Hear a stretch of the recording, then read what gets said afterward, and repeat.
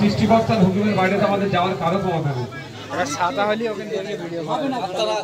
আমি এসেছিলাম গতবার, ওইখানে আমাদেরকে সংগঠিত করেছিল না, তখন জায়গাটা এত সাজানো গোছানো ছিল না।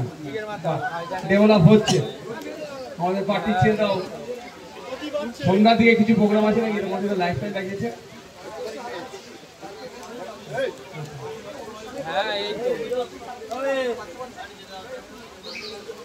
হ্যাঁ হ্যাঁ ঠিক আছে, করবো। ভালো তো, ভালো। এলাকার যারা জ্ঞানী গুণী আছে তাদের দুটো বক্তব্য শোনা, সবসময় আমরা ভাষণবাজি করবো এটা তো নয়। এলাকার অনেক মানুষজন আছে যারা তাদের কিছু কথা শোনা যাবে।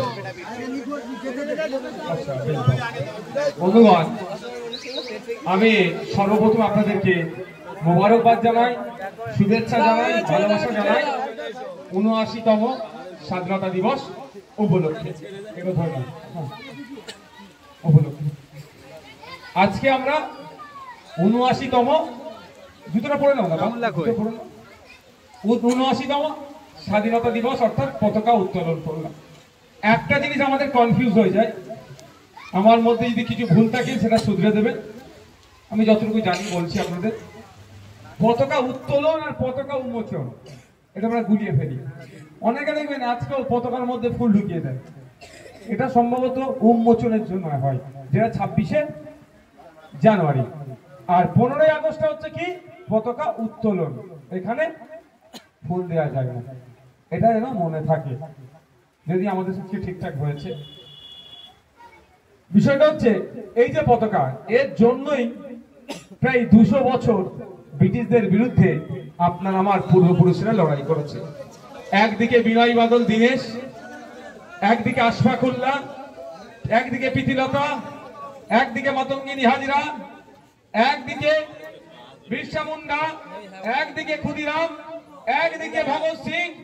এইরকম করে হাজারো হাজারো লাখো লাখো স্বাধীনতা সংগ্রামীরা লড়াই করেছে, ব্রিটিশদের বিরুদ্ধে সংগ্রাম করেছে। ব্রিটিশদের নিয়ে আসা কালা কানুন মানব না, ঐক্যবদ্ধ হয়ে ব্রিটিশদেরকে তাড়িয়েছে। বাংলা নয়, ভারতবর্ষ থেকে বিতাড়িত করেছে।